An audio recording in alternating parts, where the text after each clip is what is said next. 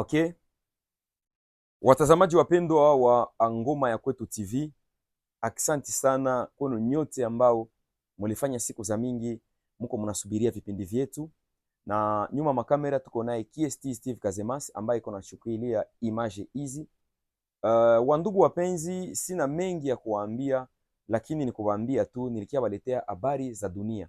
Leo nimekuja tu kuongea juu ya habari za dunia, jinsi dunia inavyoendelea, sababu kutokana na gisi hali ya hewa iko dunia, ni lazima watu waweze kupata habari kupitia mitandao za kijamii ama kupitia mitandao yetu, na ndio maana channel yenu siku ya leo tumeweza kuwaletea habari mpya. Wandugu wapenzi ama watazamaji, kama ni mara yako ya kwanza, na kuomba uweze kusubscribe sababu mambo ni mazuri. Na habari ya kwanza ambayo tunawaletea ni kuwajulisha na kuwauliza watazamaji wetu, kama unajibu uweze kuandika hapo chini. Je, unaamini ya kwamba hivi vita ambavyo vinaendelea kati ya Amerika na Israel wanaungana kwa pamoja ili waweze kuipiga nchi ya Iran inaweza kusababisha vita vya dunia vya tatu ama vita vya tatu vya dunia? Sababu hiyo nchi ya Iran inasema iko na maarme nucleaire, na nani akamuomba huyu rais wa Korea du Nord, yani Korea ya Kusini, aliweza kusema ya kwamba kama rais wa Iran atamuomba aweze kumsaidia na mamisili fulani fulani ama vifaa vya vita, atakuwa tayari kumsaidia navyo. Na mnafahamu ya kwamba hiyo nchi ndiyo nchi ambayo hata Amerika huaga anaiogopa. Kwa hiyo Trump katika nchi yake ameweza kupata shida sana, sababu ndani ya Amerika kunakuwa njia mbili. Kunakuwa njia mbili, yani kuna chama mbili ama vikundi viwili. Kuna ba Republican na kuna ba Democrat. Yani na Trump alitoka muba Democrat, mparasamani muba Republican, na aba ba Republican tayari wameanza kumtia moto ama wanaanza kumpiga vita Trump kutokana na mambo ambayo kwamba anayesababisha huko Iran, sababu vita ambavyo Trump iko nenda pigana Iran viko vinasafanya nini? Vinasababisha ekonomia ya Amerika itakia gusiwa ndani, lakini haina faida kubwa kwa nchi ya Amerika na Waamerika wote. Kwa hiyo siku ya sita ama siku ya tano iliyopita ndiyo Amerika na Israel iliweza kutuma misili na kuweza kuipiga nyumba ya rais wa Iran na akaweza kufariki. Na kwa baada ya siku chache tumegundua ya kwamba mke wa huyo rais naye amefariki, sababu alipata majeraha makubwa, ikasababisha mpaka mke wa rais ama first lady wa Iran akawa mwenye kutoweka dunia.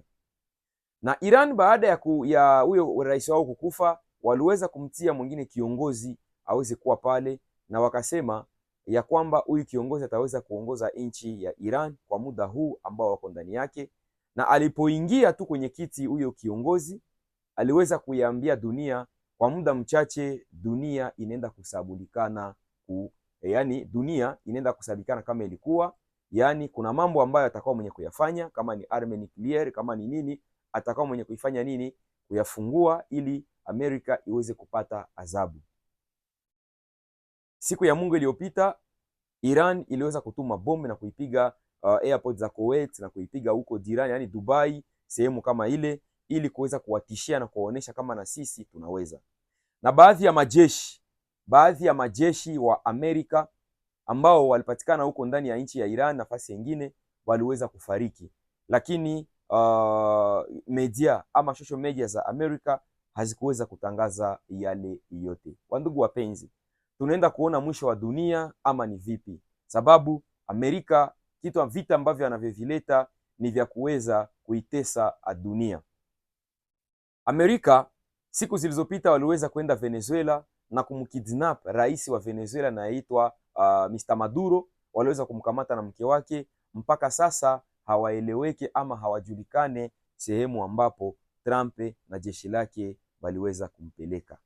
Ndugu zangu, na habari nyingine ni kuambia tu ya kwamba katika nchi ya Amerika kuna seneta wa Amerika ama seneta wa Amerika aliweza kutoa malipizi ama aliweza kupana sanction kwa baadhi ya watu fulani fulani ambao wanatumika ndani ya serikali ya Rwanda, na aliweza kuwapatia malipizo na kuweza kuwafungia baadhi ya mambo fulani fulani, lakini serikali ya Kigali hawakuweza kufurahishwa na yale maamuzi aliyoyatosha sekretari wa Amerika, sababu government ya Rwanda inakuwa yenye complain, yani kupana malalamiko yao, wanasema sisi hatuhusike na yale ambayo kwamba yanapitikana Kongo, lakini ni Kongo njoo haiheshimu mkataba wa amani tulioisaini huko Amerika pamoja na Doha.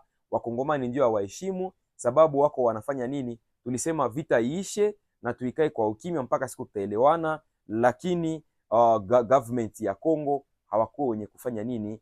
Kuheshimia mkataba. Huku vita, huku vita. Mtazamaji mpendwa, dunia inaenda wapi? Na kama mimi nasema uongo, basi ni kwako kuweza kunifanya nini? Kunielewesha humo ndani na kuandika mambo mengi, sababu hii TV ni TV yetu sisi wote. Habari nyingine ni kwamba ndugu mtazamaji, wakimbizi wa Uganda waliweza kuongezwa msaada. Msaada iliweza kuongezwa, japokuwa dunia inapita katika misukosuko, lakini hatuelewe ni kwa nini hakuna resettlement, lakini wakimbizi wanaweza kupata msaada yao pasina kuchoka. Yaani kuna kategori tatu. Kuna wale ambao kwamba walikuwa wanapokea mitwaro 2,400 waliweza kupandishwa mpaka kwa mitwaro 3,900, na kwa wale ambao walikuwa wanapokea mtwaro 1,600 wamepandishwa nao vile vile level na kuanza kuipata mitwaro 2,400, na wale ambao kwamba walikuwa wanapokea mtwaro moja nao wameweza kuongezewa vile vile kumtwaro 1,200. Na baada ya recensement mlifahamu ya kwamba kuna baadhi ya warefugee ama wakimbizi wenye walitoshaka kumupokero na wengine wakabakia, lakini kwa sasa WFP pamoja na mashirika mengine iko najiandaa gisi ya kuwarudisha tena na kuwarudisha baadhi ya wale ambao kwamba walitolewaka kumupokero wako wanasema saa hii ni idadi ndogo ndio inabaki ambao hawapataki msaada wa WFP pamoja na UNHCR. Mtazamaji mpendwa, kama ulikuwa unafuatilia kipindi hiki sema asante. Na kwa mwisho ni kuambia ya kwamba imeweza kuthibitishwa kiukweli ya kwamba ameweza kufariki kanali, yani Colonel Willy Ingoma aliweza kufia huko Rubaya. Walikuwa katika mapambano makali sana, ikasababisha Willy Ingoma akawa mwenye kufariki dunia, na kwa sasa kuna tetesi zingine ambazo zinazosema ya kwamba ikawezekana Sultani Makenga naye amefariki, lakini yeye sio kwa bomu, lakini kwa baadhi ya maradhi. Je, hatujue ni kitu gani ambacho kinapitikana ndani ya chama chenye nguvu, yani chama M23?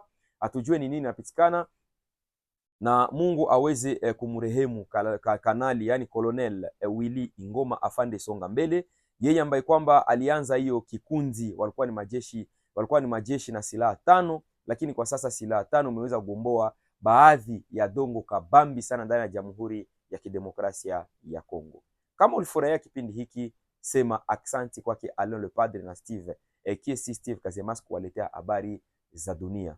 Na kama kuna habari zingine, namba yetu iko pale, tupatie habari ili tuweze kupitisha hapa, habari za visodo, habari za huku na za kule, habari za michezo, zote zitakuwa hapa. Mungu awabariki.